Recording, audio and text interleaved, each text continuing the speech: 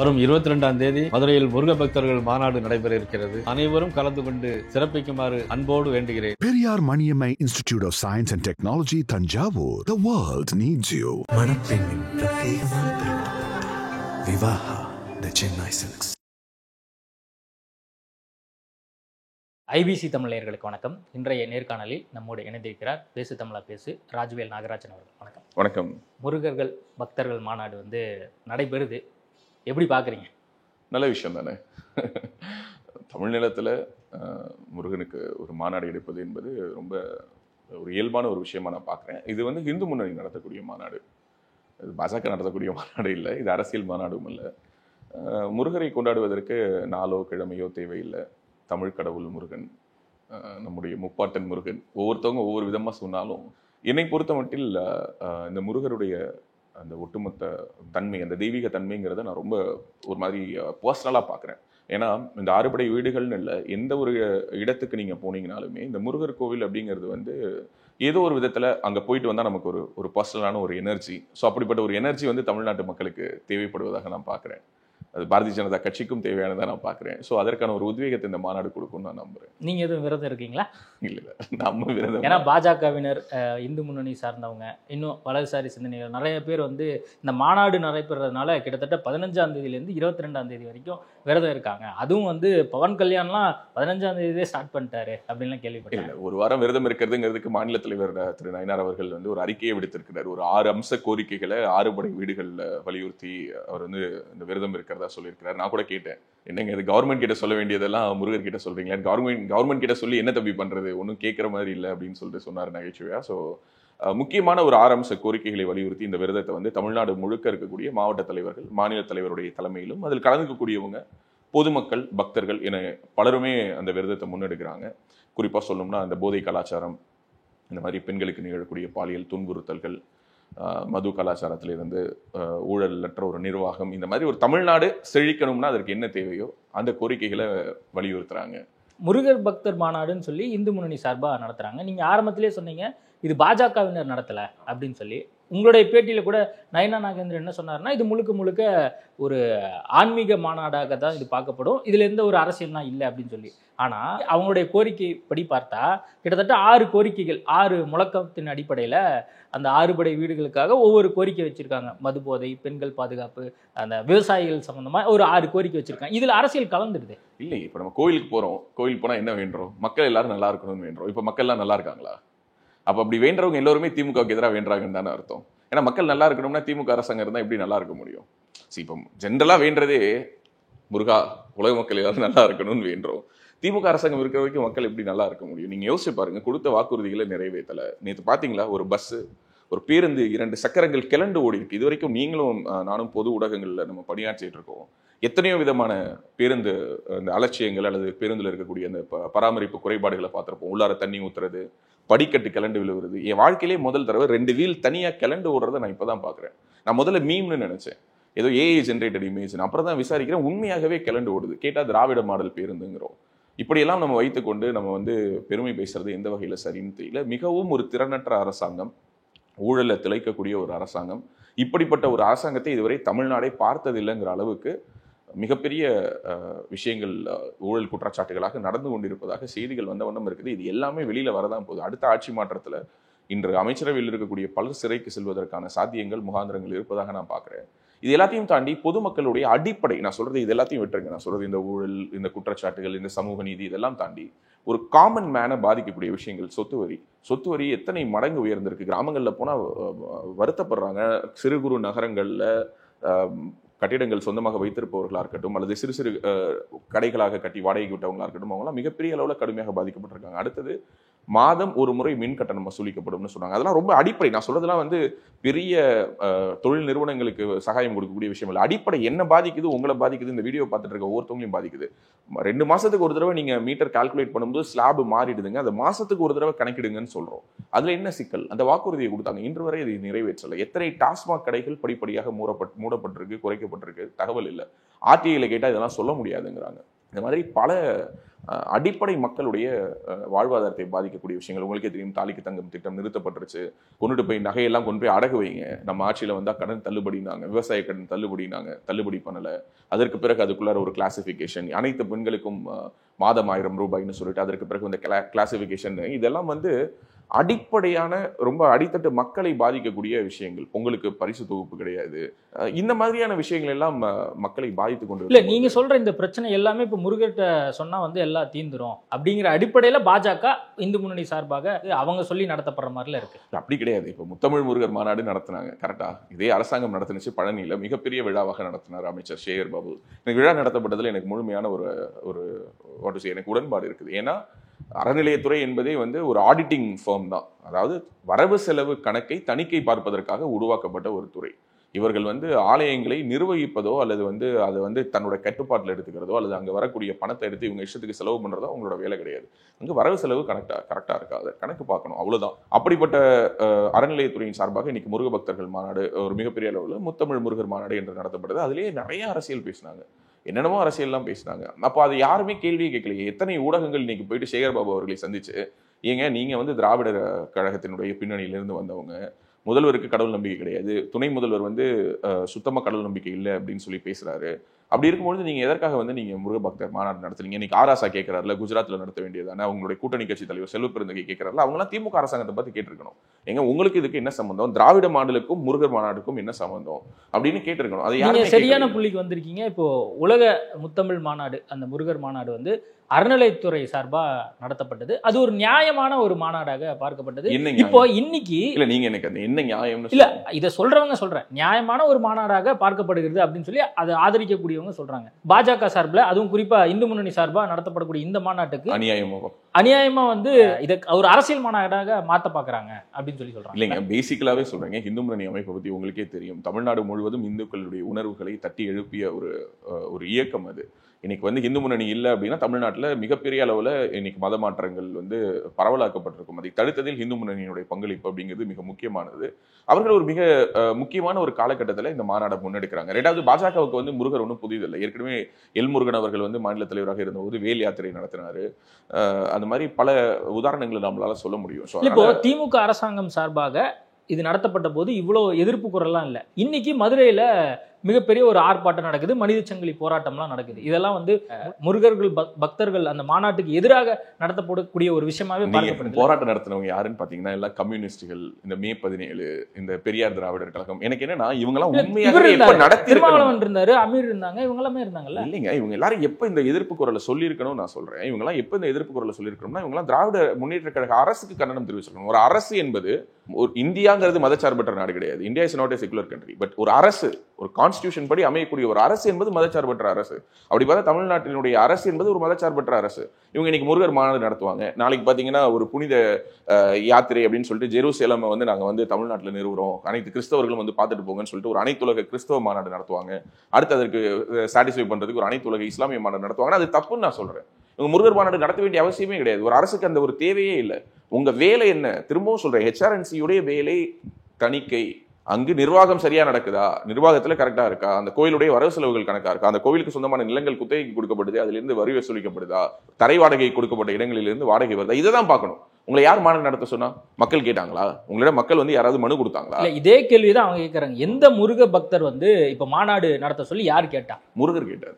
முருகர் உண்மையாவேங்க முருகர் கேட்கிறாரு. என்னன்னா, உங்களுக்கு தெரியும் தமிழ்நாட்டுக்குள்ளார இன்னைக்கு கடவுள் நிந்தனை என்பது அதிகமாகிட்டே போகுது. ஒரு அமைச்சர் பேசுறாருங்க, என்னன்னா ஒரு அநாகரிகமான ஒரு மக்கள் கூட்டத்தை வந்து உணர்த்துவது எதுனா, கோவிலுக்கு கூடக்கூடிய மக்கள் கூட்டம் வந்து ஒரு மக்கள் இன்னும் நாகரிகம் பெறவில்லை அப்படின்னு சொல்லிட்டு மனோ தங்கராஜ் பேசுறாரு. ஏன் அவர் சொல்லும் பொழுது கோவில்னு சொன்னதுல எனக்கு வருத்தம் இல்லை, அவர் சொன்னதே வச்சுப்போம். ஆமா, கோவிலில் கூடக்கூடிய கூட்டம் அநாகரிகமான கூட்டம்னே வச்சுப்போம். ஏன் தேவாலயத்தில் கூடக்கூடிய கூட்டம் என்ன?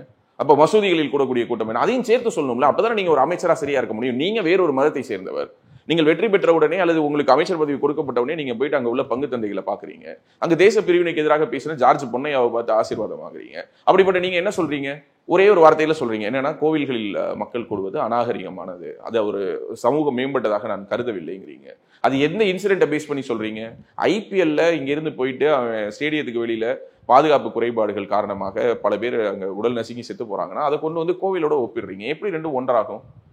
இங்கே ஏர் ஷோ நடந்தது, உங்களுக்கே தெரியும். ஏர் ஷோல 5 பேர் மூச்சு திணறி செத்து போனாங்க. ஏதாவது ஒரு சின்ன ஆக்ஷன் எடுத்தாங்களா? ஒரு ஆக்ஷன் எடுக்கல. அங்கு போலீஸ் கமிஷனர்ல இருந்து அனைவரும் சஸ்பெண்ட் பண்ணப்பட்டாங்க. நீங்க என்ன நடவடிக்கை எடுத்தீங்க? இதை பத்தி பேசுறதுக்கு, இதை பத்தி கமெண்ட் சொல்றதுக்கு உங்களுக்கு என்ன அருகதை இருக்கு? ஆனா நீங்க உடனடியாக என்ன சொல்றீங்க அப்படின்னா, அந்த மாதிரி கோவில்களை பற்றி பேசும்போது இப்படி சொல்றீங்க. ஆராசா ஒரு கருத்து சொல்றாரு, திருமாவளவன் பேசிய பேச்சு இன்னைக்கும் இருக்குது. கோவில்னா என்ன, எப்படி நினைவு கூற முடியும், அங்க அசிங்கமான பொம்மைகள் இருப்பது கோவில்னு பேசினார். இப்போ 2 தினங்களுக்கு முன்னாடி அவருடைய வீடியோ ஒன்று வருது. அவர் வந்து ஒரு செல்ஃபி எடுக்கிறாரு, நெத்தியில திருநீர் இருக்கு. திரும்ப அவர் செல்ஃபி கேட்கும்போது திருநீர் அழிச்சிட்டு செல்ஃபி கொடுக்குறாரு. முத்துராமலிங்க தேவர் அவர்களுடைய நினைவிடத்துக்கு பசும்பொன்னுக்கு சென்று விட்டு வந்த பொழுது ஸ்டாலின் அவர்கள் கையில வாங்கின விபூதியை கீழே கொட்டினாரு. பல உதாரணங்கள் இந்த மாதிரி. திருமாவளவன் அதுக்கு மன்னிப்பு கேட்டார். நீங்க சொல்லக்கூடிய முதல் இன்சிடென்ட்டுக்கு அவர் மன்னிப்பு கேட்டுட்டாரு. 2வதுக்கு கிட்டத்தட்ட ஒரு அரை மணி நேரம் வந்து நெத்தியில தான் இருந்தது. அதெல்லாம் நீங்க பார்க்கவே இல்லையா? நான் மறுக்கலையே, நான் வரவேற்கிறேன்னு சொல்றேன். திருமாவளவன் அவர்கள் சிதம்பரத்தினுடைய நாடாளுமன்ற உறுப்பினர். அவர் சிதம்பரம் நடராஜர் கோவிலுக்கு போறாரு. தீட்சிதர்கள் அவருக்கு மாலை அணிவிக்கிறாங்க, பூர்ணகும்ப மரியாதை கொடுக்குறாங்க. நான் வரவேற்கிறேன். எனக்கு வந்து அவர்கள் வந்து கடவுள் மறுப்பாளர்களாகவே இருக்க வேண்டும் என்பது என்னுடைய நோக்கம் அல்ல. அவர்கள் கடவுளை வணங்குவதை நான் வரவேற்கிறேன். கோவிலுக்கு வாங்க, சாமி கும்பிடுங்க, அதை வெளிப்படையா சொல்லுங்கிற. அதுல ஒன்றும் தப்பு கிடையாது. என்ன சாமி கும்பிடுறது என்ன ஏதாவது தீவிரவாத குற்றமா? அப்படிதான் தமிழ்நாட்டில் நிறுவிட்டாங்களா என்ன? அல்லது சாமி கும்பிடுறவங்க எல்லாரையும் இங்க வந்து தேர்தலில் மக்கள் நிராகரிக்கிறாங்களா என்ன? நெத்தியில எப்போதும் மதுரை மீனாட்சி அம்மனுடைய குங்குமத்தை வச்சுக்கிட்டு தான் பிடிஆர் தேர்தல் பிரச்சாரத்துக்கு போறாரு. எல்லா பேட்டிகளையும் பிரஸ் மீட் கொடுக்குறாரு. கோட் சூட் போட்டாருனாலும் நெத்தியில குங்குமம் இருக்குது. அதனால பிடிஆர் மக்கள் நிராகரிச்சிட்டாங்களா? அவரை விடவா இவங்க எல்லாம் திராவிடர் அந்த இனத்துல ஊறி வந்தவங்க? திராவிடர் கழகத்தை தோற்றுவித்த குடும்பத்தை சேர்ந்தவருங்க அவரே நெத்தியில குங்குமத்தோடு தான் வராரு. 2 கையில 2 வாட்ச் கட்டியிருக்காரு. கேட்டா இது என்னோட தாத்தாவோட லெகசிங்கிறாரு. ராகுகாலம் எமகண்டம் பார்த்து தான் நான் மனு போடுவேன். நான் மட்டும் இல்ல, அண்ணா அறிவாலயத்துல எல்லா மனுக்களுமே அப்படிதான் தாக்கல் பண்ணப்படுங்கிறாரு. இவ்வளவு விஷயங்களையும் ஓப்பனா ஒருத்தர் பேசுறவர் மக்கள் என்ன நிராகரிக்கிறாங்களா? So when you have that openness, நீங்க மக்கள் ஏத்துக்கிறாங்க. இதுல என்ன தப்பு இருக்கு? ஏன் இந்த டபுள் ஸ்டாண்ட் அப்படிங்கிறது தான் கேள்வி. இப்போ துர்கா அம்மையாருடைய கடவுள் பக்தி என்னன்னு எல்லோருக்கும் தெரியும். யாராவது இதுவரை அவங்க வந்து விமர்சிக்கிறாங்களா? அவங்களை விமர்சிக்கிறது கிடையாது. அந்த குடும்பத்திலிருந்து ஒருவர் தீவிரமான ஒரு கடவுள் பக்தி கொண்டவராக இருப்பதை நாங்கள் வரவேற்கிறோம். இன்னும் ஒரு படி நான் மேல போயிட்டு சொல்றேன். சேகர் பாபு அவர்கள் மேல் 1000 விமர்சனங்களை எல்லோரும் வைத்தாலும் கூட மிக சீரிய முறையில இந்த 4 ஆண்டுகள்ல நிறைய கோவில்கள்ல புனரமைப்பு செஞ்சிருக்காங்க, நிறைய கோவில்கள்ல கும்பாபிஷேகம் செய்திருக்காங்க. அதை நான் வரவேற்கிறேன். சேகர்பாபுவினுடைய நடவடிக்கை அறநிலையத்துறை அமைச்சராக நான் வரவேற்கிறேன். ஆனால் விமர்சனங்கள் இருக்குன்னு சொல்றோம். நீங்க பாட்டுக்கு கோல்டு எடுத்து உருக்கி அதை கோல்டு பார் ஆக்குறோம், அதை பேங்க்ல வைக்கிறோம், அதை விற்கிறோம், நான் கட்டடம் கட்டுறேன், கம்யூனிட்டி ஹால் கட்டுறேன், கல்யாண மண்டபம் கட்டுறேன், இதெல்லாம் பண்ணாதீங்க பாஸ். நீங்க உங்களுக்கு கொடுக்கப்பட்ட வேலை என்னவோ அதை மட்டும் செய்யுங்கன்னு சொல்றோம். இதுல எங்க தப்பு வருது? சோ அப்போ முருக மாநாடுங்கிறது பாஜக அரசியலுக்காக செய்கிறது என்றால் திமுக நடத்திய மாநாடு எதற்காகங்கிற ஒரு கேள்வியை தான் முன்வைக்கிறோம். நீங்க பழனியை வந்து குறிப்பிட்டு சொல்றீங்க. அங்க நடந்த மாநாடு இப்போ மதுரைங்கிறது ஒரு மத நல்லிணக்க மண்ணாக இருக்கு. அங்க வந்து மதவெறியை வந்து தூண்டுறாங்க. இல்ல பழனி அப்படி இல்லையா? தமிழ்நாடு முழுக்கவே இல்ல, அதாவது சமூக நீதி மண், தமிழ்நாடு முழுவதுமே மத நல்லிணக்க மண்ணுன்னு சொல்லிட்டு இருந்தோம். இப்ப சுருங்கி மதுரைக்குள்ளார வந்துருச்சு. இல்ல இப்ப மதுரையில மாநாடு நடத்துறதுனால இந்த விமர்சனம் வருது. இல்ல மதுரையில என்ன பிரச்சனைன்னு கேக்குறேன். எதனால மதுரையில் நடத்தக்கூடாது? இல்ல இப்ப கொஞ்ச நாளைக்கு முன்னாடி சிக்கந்தர் மலையா அல்லது வந்து கந்தர் மலையா அப்படிங்கிற ஒரு விவாத பொருள் வந்தது. இது அமித்ஷாவும் வந்து அண்மையில அந்த மேடை பேச்சின் போது பேசினாரு. உடனடியாக இந்த மாநாடுங்கிறது இந்து முன்னணி சார்பா நடத்தப்படுது. அந்த அமித்ஷா எல்லாரும் வரணும் அப்படின்னு வந்து குறிப்பிட்டு சொல்றாரு. அப்ப இது முழுக்க முழுக்க மதம் தொடர்பாக ஒரு விஷயமாக மட்டுமே பார்க்கப்படுது. இல்ல மதுரையை சுத்தி ஏதோ ஒரு டார்கெட் பண்ணி பாஜகவினர் இதை வந்து ஒரு மத பிரச்சாரமாக பார்க்காங்க. உங்களுக்கே தெரியும். நீங்க திருப்பரங்குன்றத்தை பத்தி சொன்னதுனால சொல்றேன். திருப்பரங்குன்றம் இஷ்யூ என்னங்கிறது உங்களுக்கு தெரியும். இந்த சிக்கந்தர், அங்க இருக்கக்கூடிய இந்த சிக்கந்தர் தர்கா அப்படிங்கிறது வந்து யாருடையது அப்படிங்கிறதும் தெரியும். அந்த சிக்கந்தர் வந்து மதுரை ஆண்ட காலத்தில் மதுரையில் நடந்த அலங்கோலங்கள் என்ன என்பதை பற்றி தற்போதைய மார்க்சிஸ்ட் கட்சியினுடைய எம்பியாக இருக்கக்கூடிய திரு சு வெங்கடேசன் அவர்கள் தன்னுடைய காவல் கோட்டம் நாவலே விரிவாக எழுதியிருக்கிறார். அது என்னங்கிறத மக்கள் படிச்சுக்கிட்டோம். அதை பத்தி நான் பேச விருப்பப்படல. ஓகே, திரு சிக்கந்தர் அவர்களுடைய ஆட்சி காலம் மதுரையில் எப்படிப்பட்டதாக இருந்தது, அவருடைய இறுதி காலம் என்ன என்பதை பற்றி காவல் கோட்டம் நாவலில் திரு சு வெங்கடேசன் அவர்களே எழுதியிருக்கிறார். ஸோ அதனால அதை படிச்சுக்கிட்டோம். இதுக்கும் மதுரையில் நடக்கக்கூடிய இந்த நிகழ்வுக்கும் சம்பந்தம் இல்லை. ஸோ அப்படின்னா மதுரையில் போடக்கூடிய அந்த மாநாட்டை வந்து திருப்பரங்குன்றத்திலேயே நடத்தலாமே, தப்பு கிடையாது. மதுரைக்கும் திருப்பரங்குன்றத்துக்கும் இன்னும் பெரிய டிஸ்டன்ஸ் இல்லையே. இதனுடைய இன்டென்ஷன் திருப்பரங்குன்றம் இஷ்யூவை பத்தி பேசுறது அல்ல. திருப்பரங்குன்றமும் ஒரு பிரச்சனை. அதை தாண்டி இங்கு தமிழ்நாடு முழுவதும் பல பிரச்சனைகள் இருக்கிறது. எத்தனையோ இடங்களில் இங்கு கோவில்கள் முறையாக பராமரிக்கப்படாமல் இருக்கிறது. இங்கு கோவில்களில் பூஜைகள் நடப்பதில்லை. கோவில் சொத்துக்கள் அபகரிக்கப்படுகிறது.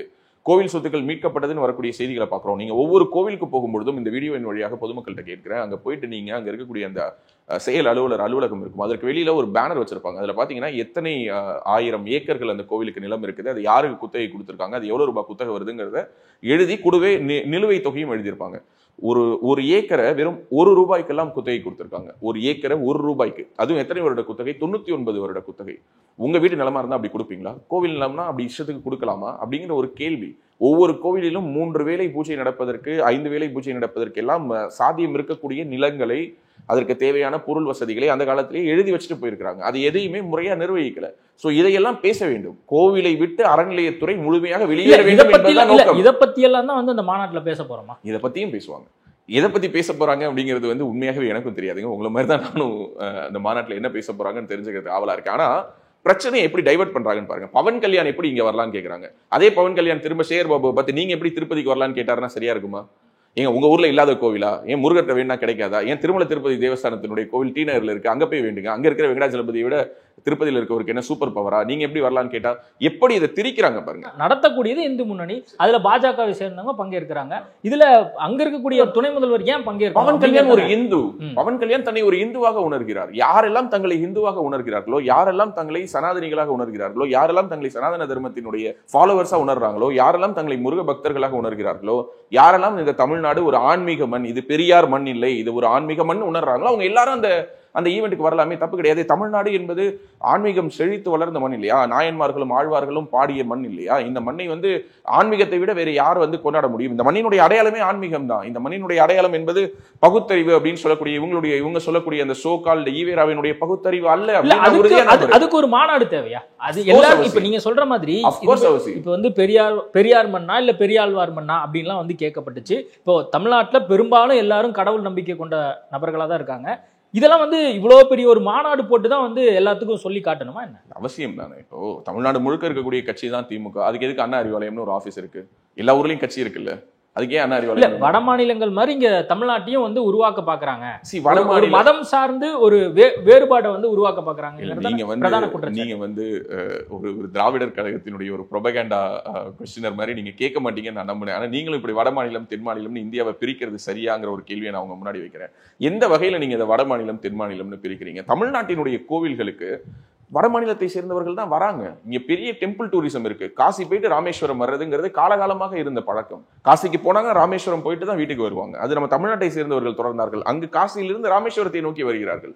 தமிழ்நாட்டில் இருக்கக்கூடிய கோவில்களை மையப்படுத்தி மிகப்பெரிய ஒரு டெம்பிள் டூரிசம்ங்கிற ஒரு பொருளாதாரம் வட மாநிலத்தை சேர்ந்தவர்களால் தான் வருது. பேசாம போர்டு எழுதி போட்டுருவோமா? எல்லா கோவில்களுக்கும் இனிமேல் வட மாநிலத்தவர்கள் வரக்கூடாது, தமிழ்நாட்டை சேர்ந்தவர்கள் மட்டும்தான் தமிழ்நாடு கோவிலுக்குள்ள வர வேண்டும் என்று போட முடியுமா? தமிழ்நாட்டை சேர்ந்தவர்கள் அதே மாதிரி காசி யாத்திரை போறதுங்கிறது காலம் காலமாக இருக்கக்கூடியது. கேதார்நாத் போறாங்க, அமர்நாத் போறாங்க, எத்தனையோ வழிபாட்டு தலங்களை தேடி சென்று வணங்குறாங்க. ஸோ ஆன்மீகம்ங்கிறது தான் இந்தியா முழுமைக்குமான ஒரு பொதுமையான ஒரு அடையாளமாக ஒருவரோடு ஒருவரை இணைப்பதாக நான் பார்க்கிறேன். ஸோ அந்த ஹிந்துவாக யுனைட் ஆகக்கூடிய ஒரு தன்மை, ஒரு ஹிந்து ஓட் போலரைசேஷன் இங்கு வந்துருமோங்கிற பயம்தான் இங்க இருக்கக்கூடிய கட்சிகளை இப்படியான ஒரு எதிர்குறலை பதிவிட செய்வதாக நான் பார்க்கிறேன். இப்ப நீங்க சொல்லக்கூடிய அந்த இந்து ஓட்டெல்லாம் வந்து போலரைசேஷன் ஆயிரும், அதன் காரணமா தான் வந்து இவங்க பயப்படுறாங்க அப்படின்னு சொல்றீங்க. அப்போ உங்களுடைய நோக்கம் நல்ல நோக்கமா இருக்கா அப்படின்னு தானே அவங்க கேட்கறாங்க. திருமாவளவன் உட்பட, அமீர் உட்பட எல்லாரும் நோக்கம் நல்ல நோக்கம் கிடையாது. இந்து ஓட் போலரைசேஷன் ஆகிறது தப்பான நோக்கமா? இல்ல எனக்கு தெரியாம கேக்குறேன். இந்த இடத்துல முருகன் மாநாடு ஒண்ணு நடத்தி அதன் மூலமாக நீங்க இந்த இந்து ஓட்டுகளை வந்து போலரைசேஷன் பண்றீங்க அப்படின்னா, நேரடியா இது அரசியலுக்காக தான் நாங்க இந்த மாநாடே நடத்துறோம் அப்படின்னு சொல்லி நயினா நாகேந்திரனும் பாஜகவை சேர்ந்தவங்களோ வெளிப்படையா சொல்லலாமே. பர்ஃபெக்டான பாயிண்ட். இந்த மாநாட்டினால ஹிந்து ஓட் போலரைசேஷன் ஆகும்னு சொல்லல. இது போன்ற நிகழ்வுகள் அவர்களுடைய உணர்வுகளுக்கு ஒரு வலு சேர்க்கலாம். இன்னொரு விஷயம், எல்லா தேர்தலையுமே எந்த கட்சிக்கு ஓட்டு போடணும்னு சொல்லி இங்க இருக்கக்கூடிய பள்ளிவாசல்கள்ல, இங்க இருக்கக்கூடிய மசூதிகள்ல அவங்க நேரடியாக இன்ஸ்ட்ரக்ஷன்ஸ் கொடுக்குறாங்க. அங்க இருக்கக்கூடிய அவங்களுடைய ஜமாத்தின் சார்பாக அவங்களுக்கு வந்து தெளிவான இன்ஸ்ட்ரக்ஷன்ஸ் கொடுக்குறாங்க. இவங்களுக்கு போடாதீங்கன்னு சொல்றாங்க. இன்னைக்கு எந்த கோவில்ல வந்து எந்த ஒரு பிரச்சாரகர் வந்து உட்கார்ந்து, அல்லது இங்க வந்து இது பெங்களூர் மாதிரியான அல்லது கர்நாடகால இருக்கிற மாதிரியான மட்டு கல்ச்சர் கிடையாது. அங்க வந்து ஒவ்வொரு மடங்கள் இருக்கும், அந்த மடங்கள் தீர்மானிக்கும். ஓகே, அந்த மடங்கள் மூலமா இன்ஸ்ட்ரக்ஷன்ஸ் பாஸ் ஆன் பண்ணுவாங்க. இங்க அப்படி கிடையாது. தமிழ்நாட்டை பொறுத்தவரை இங்க மடம் அப்படின்னாலே அது ஏதோ ஒரு அவச்சொல்ங்கிற மாதிரி கொண்டுட்டு வந்துட்டாங்க. இங்க தமிழ்நாட்டை பொறுத்த வரைக்கும் என்னதான் அவங்க ஹிந்துவாகவே இருந்தாலும் அவங்க வந்து பாஜகவுக்கு தான் ஓட்டு போடுவாங்கன்னு ஒன்றும் உறுதியெல்லாம் கிடையாது. நிறைய ஹிந்துக்கள் ஓட்டு போட்டு தான் திமுக ஜெயிக்குது. ஓகே, அதை திமுகவே ரொம்ப பெருமையா சொல்லிக்குது, எங்க கட்சியிலேயே 90% ஹிந்துக்கள் தான் அப்படின்னு சொல்லிட்டு. சோ அப்போ ஒவ்வொரு தேர்தலிலும் இங்கு சர்ச்ல அவங்க இன்ஸ்ட்ரக்ஷன்ஸ் கொடுக்கலாம், யாருக்கு ஓட்டு போடுங்கன்னு. மசூதிகள்ல அவங்க இன்ஸ்ட்ரக்ஷன்ஸ் கொடுக்கலாம், யாருக்கு ஓட்டு போடுங்கன்னு. அப்பெல்லாம் Muslim vote polarisation, Christian vote polarisation நடந்து இங்க மைனாரிட்டி ஓட் பேங்க் வந்து ஸ்ட்ராங்கா திமுகவுக்கு தான் போகுது, மைனாரிட்டி ஓட் பேங்க் வந்து ஸ்ட்ராங்கா காங்கிரஸ்க்கு தான் போகுதுன்னு சொன்ன பொழுதெல்லாம் மைனாரிட்டி ஓட் போலரைசேஷன் ஆனது இங்க ஒரு பிரச்சனையா இல்ல. ஆனா ஹிந்து ஓட் போலரைசேஷன் ஆகும்போது மட்டும் ஒரு பிரச்சனைனா அது எப்படி எனக்கு புரியல. அப்போ அந்த மாதிரி ஒரு சிஸ்டத்தை வந்து உருவாக்க பாக்குது பாஜக. அந்த மாதிரியான ஒரு சிஸ்டம் உருவாகும். ஏன்னு சொல்றீங்க? ஹிந்துக்கள் தானே நிந்திக்கப்படுறாங்க, இங்க ஹிந்துக்கள் தானே அவமானப்படுத்தப்படுறாங்க. ஒருத்தர் ஒரு யூடியூப் சேனல்ல உட்கார்ந்து ஒருத்தர் வந்து நடராஜர் காலை தூக்கினார், மயங்கிட்டாங்க, இதுதான் வந்து தில்லை ரகசியம், இதுதான் வந்து தில்லை அம்பலம் ஆடியதனுடைய ரகசியம்னு ஒருத்தர் யூடியூப் சேனல்ல பேசிட்டு 4 வருடமாக அவர் மேல ஒரு புகாரை கூட இங்க எடுக்க முடியல. ஆனால் கருப்பர் கூட்டம் என்ற ஒரு கூட்டம் இதே போல கந்தசஷ்டி கவசத்தை இழிவுபடுத்தும் போது அந்த சேனல் முடக்கப்பட்டுச்சு, அவங்க கைது செய்யப்பட்டாங்க. இன்னைக்கு அவங்க வெளியில வந்து வேற ஒரு பேர்ல சேனல் நடத்திட்டு இருக்காங்கன்னு வச்சுக்கோங்களேன். பட் இருந்தாலும் நான் சொல்றேன், இப்படியான நிகழ்வுகள் நடக்கும் பொழுது எந்த மதத்துக்கு எதிராக நடக்குது, இப்படியான ஒரு விஷயத்தை கிறிஸ்தவ மதத்துக்கு எதிராகவோ அல்லது இஸ்லாம் மதத்துக்கு எதிராகவோ ஒருத்தர் பேசியிருந்தா இந்நேரம் இந்த அரசு நடவடிக்கை எடுக்காம இருக்குமா? இந்த 4 ஆண்டுகள்ல குறைந்தபட்சம் அவங்க ஒரு ஃபார்மாலிட்டிக்காவது ஒரு அரெஸ்ட் பண்ணிருப்பாங்கல்ல. இது ஒரு உதாரணம். நான் திரும்பவும் சொல்றேன், எனக்கு இந்த நபர் மேல பிரச்சனை கிடையாது. இது போன்று நூற்றுக்கணக்கான பேச்சுக்களை என்னால் பொதுவெளியில் காட்ட அது தவறான விஷயம், அது கண்டிக்கத்தக்கது. அது நீங்க புகாரா கொடுத்து அவரை வந்து என்ன பண்ணணுமோ அதை பண்ணலாம். ஆனா இப்ப நீங்க கேக்குறீங்கல்ல, இப்படி ஒரு மாநாடு நடத்தி நாங்க ஓட் போலரைசேஷன் பண்ணுவதன் மூலமாக, அப்போ நீங்க என்ன சொல்ல வர்றீங்க? மக்கள் மாநாடு நடத்தி ஓட் போலரைசேஷன் பண்ணுவோம் நான் சொல்லவே இல்லை. இப்படியான மாநாடுகளின் மூலமாக இப்படியான ஓட் போலரைசேஷன் நடந்து விடுமோ என்று எதிர்க்கட்சிகள் பயப்படுறாங்கன்னு சொல்றேன். திருமாவளவன் தான் நினைக்கிறேன், தமிழ் கடவுள் முருகன் எப்படி தமிழ் கடவுளாக முடியும்? அப்ப அவங்க அன்னை விநாயகர் வந்து என்ன கடவுள்னு கேட்கிறாரு. நான் என்ன கேட்கிறேன், இன்னைக்கு இருக்கக்கூடிய பல தேவாலயங்கள்ல தாலி கட்டுறாங்க. கிறிஸ்தவ மதத்துல தாலி இருக்கா? கொடிமரம் வச்சு கொடிமரத்துல கொடிமரம் ஏத்துறாங்க. கொடிமரம் ஏற்றக்கூடிய நிகழ்வுகள் என்பது இந்துக்களுடைய கோவில்கள்ல இங்க இருக்கக்கூடிய, அதிலும் ஒவ்வொரு கோவில், கௌமார கோவில் என்று ஒரு கோவில்களுடைய வடிவம் வேறு. சோ அங்கே கொடிமரம் ஏற்றுவது, தெப்போற்சவம், அது உற்சவம் நடக்கக்கூடிய நாட்கள் என்று குறிப்பிட தகுந்த விஷயங்கள்லாம் இங்க இருக்குது. தேர்பவனி நடத்துறாங்க. தேர்பவனிங்கிறது எங்க இருக்குது? கிறிஸ்தவத்துல இருக்குதா? நீங்க சொல்லுங்க. அப்ப இதெல்லாத்தையும் அவர் விமர்சிச்சு என்னைக்காவது ஒரு மேடையில பேசியிருக்கிறாரா? ஏங்க என்னங்க கிறிஸ்தவர்களுக்கு வந்து இந்த மாதிரியான ஃபார்மாலிட்டிஸ் எல்லாம் எங்க இருக்கு அப்படின்னு சொல்லி கேட்டிருக்கிறாரா? சந்தனக்கூடு அப்படின்னு சொல்லி தர்காக்களில் நடத்தப்படுகிறது. அதுவும் எகைன் தேரினுடைய மற்றொரு வடிவம். அதை பற்றி என்னைக்காவது திருமாவளவன் பேசியிருக்கிறாரா? மக்களால் தேர்ந்தெடுக்கப்பட்ட ஒரு பிரதிநிதி இப்படி ஒரு பொதுவாக ஒரே ஒரு மதத்தை மட்டும் குறிப்பிட்டு அவர் பேசிக்கிட்டே இருப்பாருங்கிற பொழுது அதற்கு எதிராக ஒரு குரலை பதிவு பண்றதுக்கு ஒரு ஆட்டோமேட்டிக்கா ஒன்று வரணும். இல்லை, ஹிந்து முன்னணி பண்ணணும், இல்ல பாஜக பண்ணணும், இல்ல யார் செய்தாலும் வரும் தான். தமிழ்நாட்டை பொறுத்தவரை எல்லோரும் சொல்வதை போல ஒருத்தங்களை அடக்கி ஒடுக்கி வச்சிருந்தா அவங்களுடைய குரல் ஒழிக்கும் பொழுது சத்தமா ஒழிக்கும்னு சொல்றோம். இதை நம்ம எதுக்கு சொல்றோம்? சமூக நீதியை பொறுத்த மட்டும் சொல்றோம். ஏங்க அவங்க ஒடுக்கப்பட்ட மக்கள், அவங்க ஏன் அவங்களுடைய குரல் இவ்வளவோ ஆக்ரோஷமா இருக்குன்னா அவங்களை காலங்காலமா சப்ரஸ் பண்ணி வச்சிருந்தாங்க. அதே தான் நான் சொல்றேன். இங்க காலமாக ஹிந்து மக்களினுடைய உரிமை கேள்விக்குள்ளாக்கப்படுகிறது. இந்து மக்களினுடைய வழிபாட்டு உரிமைகள், அவங்களுடைய வழிபாடு சார்ந்த நம்பிக்கைகள் இங்கு கேலிக்குள்ளாக்கப்படுகிறது. அதை மக்கள் பிரதிநிதிகளாக தேர்ந்தெடுக்கப்பட்டவர்களை செய்யும் பொழுது அது தொடர்பான கேள்விகளை எழுப்ப வேண்டிய ஒரு கட்டாயம் பொதுமக்களுக்கு இருக்கிறது. இன்னைக்கு கூட இப்ப மாநாடு நடக்கும்போது கம்யூனிஸ்ட் கட்சியை சேர்ந்த சண்முகமா இருக்கட்டும், திருமாவளவனா இருக்கட்டும், செல்வ பெருந்தையா இருக்கட்டும், திமுக கூட்டணியில் இருக்கிற பெரும்பாலானவர் வந்து இதை வந்து ஒரு மதம் சார்ந்த ஒரு விஷயமா தான் பாக்குறாங்க. மதவெறிக்காக இந்த ஒரு மாநாடு நடத்துறாங்க. எல்லோரும் சேர்ந்து அப்போ திமுக அரசு நடத்தின மாநாட்டின் பொழுது கொடுத்த கண்டன அறிக்கையில் ஏதாவது இருந்தா காட்டுங்க, நான் அதை வரவேற்கிறேன். இவங்க எல்லோரும் அப்ப சொல்லியிருக்கணும், இந்த அரசு திராவிட முன்னேற்ற கழக அரசு, சமூக நீதி அரசு, நாங்கள் அங்கம் வகிக்கக்கூடிய அல்லது எங்களுடைய ஆதரவில் வென்று வந்த திமுக அரசு இப்படிப்பட்ட ஒரு விஷயத்தை செய்வது என்பது எங்களுடைய கொள்கைகளுக்கு எதிரானது என்று திரு சண்முகம் அவர்களோ திரு திருமாவளவன் அவர்களோ அல்லது அந்த கூட்டணியில் இருக்கக்கூடிய வைகோ அவர்களோ அல்லது யாரோ ஒருத்தங்க ஒரு அறிக்கை விடுத்தாங்கன்னு சொல்லி நீங்க காட்டுங்க, நான் அதுக்கு பிறகு இதுக்கு பதில் சொல்றேன். அப்போதெல்லாம் அமைதியாக இருந்தவர்கள் இப்போது தாம் தூம்னு குதிக்கிறதுக்கு உங்களுக்கு எந்த விதமான ரைட்ஸும் கிடையாது. அன்னைக்கு மக்கள் பணம், அந்த மக்கள் கட்டிய வரி பணத்தில் நடந்த முருகர் மாநாடு. மக்கள் கட்டிய வரி பணம்னா அதுல கிறிஸ்தவர் கட்டிய வரி பணமும் இருக்கு, இஸ்லாமியர் கட்டிய வரி பணமும் இருக்கு. இஸ்லாமியரும் கிறிஸ்தவரும் கட்டிய வரி பணத்தில் எதற்காக அந்த மாநாடு நடக்கணும் அவசியம் கிடையாது. ஆனா இது அப்படி கிடையாது. இது ஹிந்து முன்னணி நடத்தக்கூடிய மாநாடு. விருப்பம் இருந்தால், ஹிந்துவாக உணர்ந்தால், முருக பக்தராக உணர்ந்தால், இந்த மண்ணில் தேசியமும் தெய்வீகமும் தழைத்தோங்கணும் விரும்பினா இந்த மாநாட்டுக்கு கான்ட்ரிபியூட் பண்ணுன்னு சொல்லி அங்கு கையேந்தி இந்த மாநாடு அவங்க நடத்துறாங்க. சோ அப்படிப்பட்ட மாநாட்டை பற்றி அவர்கள் குறை சொல்வதற்கு அவங்களுக்கு எந்த விதமான அருகதையும் இல்லைன்னு நான் சொல்றேன். திருச்செந்தூர்ல வர்ற 7ஆம் தேதி வந்து கும்பாபிஷேகம் நடக்குது. அதே மாதிரி திருப்பரங்குன்றத்தில் 17ஆம் தேதி கும்பாபிஷேகம் நடக்க போகுது. அப்போ இதுக்கு கவுண்டரா அரசாங்கம் சார்பா எந்த ஒரு விஷயம் நடத்தப்படதா பாக்குறீங்களா, இல்ல இயல்பா இத்தனை வருஷத்துக்கு ஒருக்கா நடத்துறாங்க? திருச்செந்தூர் வந்து ப்ரீ டேட்டட், அது முன்னாடியே ஃபிக்ஸ் ஆயிடுச்சு. ஸோ திருச்செந்தூரை பொறுத்தவரை திரு சீமான் அவர்கள் வைத்த கோரிக்கையை நானும் இந்த இடத்துல வலியுறுத்தணும்னு நினைக்கிறேன். தமிழில் அங்கு குடமுழுக்கு நடத்த வேண்டும் அப்படிங்கிறத நான் வலியுறுத்துறேன். ஓகே, தமிழிலும் அப்படிங்கிற அந்த ஒரு ஆப்ஷனை வந்து திரு சேகர் பாபு அவர்கள் கொடுக்காமல் தமிழில் பிரதானமாக தமிழ் கடவுள் முருகன்கிறோம், அப்போ மற்ற கடவுள்லாம் தமிழ் கடவுள் இல்லையா அப்படிங்கிற அந்த கேள்விகள் எல்லாம் தாண்டி தமிழை கொண்டாடியவர் முருகன், தமிழால் கொண்டாடப்பட்டவர் முருகன், தமிழுக்கும் முருகனுக்குமான தொடர்பு என்பது பெரியது அப்படிங்கிறதுனால தமிழில் அங்கு குடமுழுக்கு நடத்துவதற்கான ஒரு இம்ப்ளிமெண்டேஷன் வந்து ஆவண செய்யணுங்கிறதா என்னுடைய வேண்டுகோள். மற்றபடி இந்த டேட்ஸும் இதற்கும் நான் பெரிய தொடர்பு இருக்கிறதா நான் பார்க்கல. நான் மறுபடியும் சொல்றேன், இந்து சமய அறநிலையத்துறை எடுக்கக்கூடிய முன்னெடுப்புகள் கிட்டத்தட்ட 1000 கோவில்களுக்கு மேல் கும்பாபிஷேகம் செய்ததாக அவங்க கிளைம் பண்றாங்க. அது எல்லாத்தையுமே நான் வரவேற்கிறேன். இன்னும் அவர்கள் சிறப்பாக செயல்பட வேண்டும்.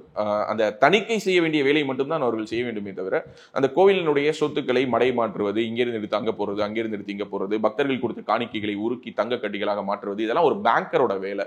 ஒரு வட்டி கடை நடத்துறவங்க பண்ற வேலை, அதெல்லாம் அறநிலையத்துறை செய்யக்கூடாது. அதுக்கு அறநிலையத்துறைக்கு ரைட்ஸ் கிடையாதுங்கிறத மீண்டும் ஒரு தடவை நான் நீங்க அமைச்சர் சேகர் பாபு துறை சார்ந்து நீங்க பல்வேறு விமர்சனங்கள் வைக்கிறீங்க. சேகர் பாபு இது தொடர்பா வந்து என்ன சொல்றாருன்னா, இது சங்கிகளின் மாநாடு, சங்கிகள்லாம் சேர்ந்து ஒரு மாநாடு நடத்துறாங்க அப்படிங்கிற குற்றச்சாட்டு வைக்கிறாரு. ஓகே, நான் இது வந்து சங்கிகளோட மாநாடு, இது வந்து தேசிய சங்கிகளின் மாநாடு. அவர் நடத்தினது திராவிட சங்கிகளுடைய மாநாடு. சங்கிகளுக்கு தமிழ்நாட்டுல இடம் இல்லை. ஏங்க, அவர் நடத்தின மாநாட்டுக்கு அவர் கூப்பிட்டு இருந்த முக்காவாசி பேர் சங்கிதாங்க.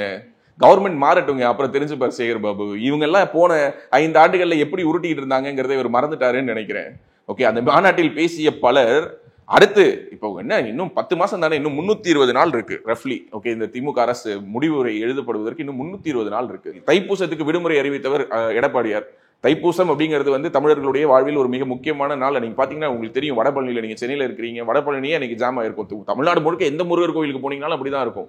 ஒட்டுமொத்த உலகத்தில் இருக்கக்கூடிய தமிழர்களும், மலேசியா போனாலும், சிங்கப்பூர் போனாலும், அவங்க சிலோன்ல இருந்தாலும், எந்த நாட்டில் இருந்தாலும் தைப்பூசம் அன்னைக்கு கொண்டாடி தீர்க்கக்கூடிய ஒரு உணர்வை கொண்டவன் தமிழன். அன்னைக்கு ஒரு விடுமுறை இல்லாமல் இருந்தது, ஒரு அரசு விடுமுறை இல்லாமல் இருந்தது. அதை ஒரு கோரிக்கையை செவிமடுத்து செய்தவர் எடப்பாடி பழனிசாமி அவர்கள். மீண்டும் அவர் தான் தமிழ்நாட்டோட முதல்வராக வரப்போறாரு. அப்போ இதே போல இன்னும் பிரம்மாண்டமான ஒரு மாநாடு அரசின் சார்பாகவே நடத்தப்படும். ஓகே, அன்னைக்கு தெரியும் இதே மாநாட்டில் பேசின பல பேர் அன்னைக்கு அந்த மேடையில் வந்து எப்படி பேச போறாங்கிறத சேகர் பாபு அவர்கள் வீட்டில இருந்து டிவியில பாப்பாரு அப்படிங்கறத அந்த பேட்டியினுடைய ஒரு ட்ரெண்டிங் கடவுளா முருகன் இருக்கிறதுனால இப்போ இதை வந்து கையில் எடுத்திருக்கிறாங்க. இந்த வார்த்தை நீங்க சொல்றதை நான் ஏத்துக்கிறேன். இன்னைக்கு உண்மையாவே அவர் ட்ரெண்டிங் கடவுள் தான். ஆனால் அதை தாண்டி முருகருக்கு அவுட் ஆஃப் ட்ரெண்டுங்கிறதே கிடையாது. என்னைக்குமே அவர் வந்து நம்மளோட இயல்போடு இணைந்தவர். பார்த்து தண்டிச்சிட போறாரு அப்படிங்கிற ஒரு விஷயத்தையும் வந்து சொல்றாங்க. ஏன்னா ராமர் வந்து தொடர்ந்து வந்து தூக்கி கொண்டாடிய பாஜகவுக்கு அங்க அயோத்தியிலேயே தோல்வி தான் கிடைச்சது. கடந்த முறை வேலை தூக்குனாங்க, பூஜ்யம் தான் கிடைச்சது. இப்போ வந்து முருகர் பக்தர்கள் மாநாடு நடத்துறாங்க, கடைசியா வந்து மறுபடியும் பூஜ்யம் தான் கிடைக்க போகுது அப்படிங்கிற விமர்சனம் சேகர் பாபு வைக்கிறாரு. அதான் இப்போ இதுக்கு வந்து நான் ரொம்ப பர்சனலா அவர் போனதுனால நான் சொல்றேன். இப்போ வந்து பல இடங்களில் ரெய்டுகள் நடந்தது. திராவிட முன்னேற்ற கழக கூடாரமே கலகலத்து போயிருக்கு. இது வந்து அவர் நடத்தின முருகர் மாநாட்டினுடைய விளைவு தானா அப்படிங்கிறது தெரியல. ரெண்டாவது ஒரு வரலாறு சொல்றேன். 1976 வந்து மதுரையில வந்து பொதுக்குழு நடத்துனாங்க திமுக. மீண்டும் அவங்க ஆட்சிக்கு வரதுக்கு 12 வருடங்கள் ஆச்சு. ஓகே, அதுக்கு பிறகு 89 எம்ஜிஆருடைய மறைவுக்கு பிறகு அதுக்கு பிறகுதான் அவங்க வராங்க. ஸோ இப்போதும் பொதுக்குழு எங்க நடந்திருக்கு? மதுரையில தான் நடந்திருக்கு. ஸோ அதே மாதிரி அந்த சென்டிமெண்ட் திமுகவுக்கு அப்ளை ஆகும் நம்ம எடுத்துக்கலாமா? ஸோ என்ன ஒரு விஷயம்னா, சேகர் பாபு அவர்களிடம் எனக்கு பிடித்ததே அதுதான். அவருக்கு இந்த சென்டிமெண்ட்ல எல்லாம் நம்பிக்கை இருக்குங்கிறத ரொம்ப வெளிப்படையா சொல்லுவாரு. காவி வெயிட்டி கட்டுவாரு, நெத்தியில பட்ட சந்தனத்தோடு தான் இருப்பாரு. ஒரு தீவிரமான ஒரு பக்திமான். அண்ணனுக்கே தெரியும், அவருடைய மனசாட்சிக்கு தெரியும். இந்த மாநாடின் மூலமாக அவரிடமே கொண்டு போய் பத்திரிகையை கொடுத்தாங்க, பார்த்திருப்பீங்கன்னு நினைக்கிறேன் செய்தி ஊடகங்கள்ல. பத்திரிகையை வாங்கிட்டு அவர் அமைதியாக கடந்து போனார். என்ன அவரால் ஜீரணிக்க முடியலன்னா, என்ன இது நம்ம பல கோடிகள் செலவு பண்ணி பல மாதங்கள் திட்டமிட்டு ஒரு முருகர் மாநாடுன்னு ஒன்று நடத்தணும். ஏன் அதை நடத்தினாங்க? அவங்களும் அப்படின்னா ட்ரெண்டிங்ல இருக்காரு முருகர் அப்படிங்கிறதுனாலதான். ட்ரெண்டிங்ல எங்க ரீல்ஸ் ஒரு 4 நாள் ஸ்வைப் பண்ணிருப்பாங்க, ரீல்ஸ்ல பாத்துருப்பாரு. என்னையா ஃபுல்லா முருகரா வராங்க? ஆமாங்க, இப்ப முருகர் தாங்க ட்ரெண்டிங் அப்படின்னா ஒரு மாநாடு போட்டுருவோமான்னு அவர் போட்டாரு. அதே போன்ற ஒரு விஷயத்தை அது அவங்க பொருளையே எடுத்து அவங்களே போடுறதுங்குவாங்க. அதே மாதிரி அந்த வேலை எடுத்து அவங்களே திரும்ப சொருகுவாங்கன்னு இவங்க எதிர்பார்க்கல. இது இந்து முன்னணியினுடைய ஒரு கடமை. இந்து முன்னணி வெகு வருட இடைவெளிக்கு பிறகு ஒரு மிகப்பெரிய ஒரு தமிழ்நாடே திரும்பி பார்க்கக்கூடிய அல்லது தமிழ்நாட்டினுடைய அரசியல் தளத்தில் ஒரு பெரிய ஒரு அதிர்வை ஏற்படுத்தி இருக்கக்கூடிய ஒரு மாநாடை, ஈவன் தோ அவங்க அரசியல் நோக்கத்தோடு நடத்தலைனாலும் அது ஒரு மிகப்பெரிய ஒரு விவாதமாக கிளம்பி இருக்குது. அப்படிப்பட்ட ஒரு மாநாட்டை முன்னெடுத்திருக்காங்க. முருக பக்தர்கள் அனைவரும் சாறை சாறையாக மதுரையை நோக்கி விரைந்து கொண்டிருக்கிறார்கள். எவ்வளவு ரெஸ்ட்ரிக்ஷன்ஸ் பாருங்க. நீங்க எங்கேயாவது சொல்லுங்க, ஏதாவது ஒரு இஸ்லாமிய கிறிஸ்தவ அமைப்புகள் நடத்தக்கூடிய ஏதாவது ஒரு ஈவெண்ட்டுக்கு இந்த மாதிரி ஒரு ரெஸ்ட்ரிக்ஷன்ஸ் வந்திருக்கான்னு சொல்லுங்க. இ பாஸ் வாங்கணும்னாங்க, அது நாங்க இது நாங்க, ஒவ்வொன்றையும் கோர்ட்டு படி ஏறி இந்து முன்னணி வென்று கொண்டிருக்கிறது. ஒரு உதாரணத்துக்கு இ பாஸ் வாங்கிட்டு தான் வரணும்னே உடனே கோர்ட்டுக்கு போறாங்க, பர்மிஷன் இல்லைன்னாங்க கோர்ட்டுக்கு போனாங்க. இப்படி அனைத்தையும் நீதிமன்றத்தின் வழியாக சென்று வென்று இந்த மாநாட்டை நடத்துவதற்கான ஒரு பெரும் முயற்சியில் ஈடுபட்டிருக்காங்க. அனைத்து முருக பக்தர்களும் இந்த மாநாட்டில் கலந்து கொண்டு முருகனுடைய அருளை பெற வேண்டும். தமிழ்நாடு ஒரு ஆன்மீக மண் என்பதை உறக்க சொல்வதற்கான ஒரு வாய்ப்பாக இதை கருத வேண்டும். முருகனை கொஞ்சம் பார்த்து கவனமா கையாளணும், இல்லாட்டி தண்டிச்சிட போறாரு அப்படிங்கறதா அவங்களுடைய ஒரு பார்வையா இருக்கு. நான் உங்ககிட்ட வெளிப்படையா சொல்றேன், முருகரை என்றுமே இங்க இருக்கக்கூடிய சனாதனவாதிகள், இங்க இருக்கக்கூடிய இந்த மண்ணை மக்களையும் தேசியத்தையும் தெய்வீகத்தையும் நேசிக்கக்கூடிய நாங்க பார்த்துப்போம். நெத்தியில் பட்டையும் அந்த பக்கம் போன உடனே போட்டோவுக்கு அதை அழிக்கக்கூடியவர்களும், இந்த பக்கம் வந்து ஒரு பக்கம் ஆன்மீகம்னு உருட்டுறது, அந்த பக்கம் வந்து கடவுள் இல்லைன்னு உருட்டக்கூடிய இந்த கூட்டத்திடம் இருந்து முருகரை காப்பாற்றுவதுதான் எங்களுடைய வேலையை தவிர முருகர் எங்களை காப்பாற்றுவாரா மாட்டாரா என்பதில் நாங்கள் தெளிவாக இருக்கிறோம். ஏனென்றால் நாங்கள் எல்லோருமே அவருடைய பிள்ளைகள். ஸோ அதனால எங்களுக்கு அந்த விதமான அச்சமும் கிடையாது. சேர்பாபு அவர்கள் தான் கொஞ்சம் அச்சத்தில் இருக்காருன்னு தெரியுது.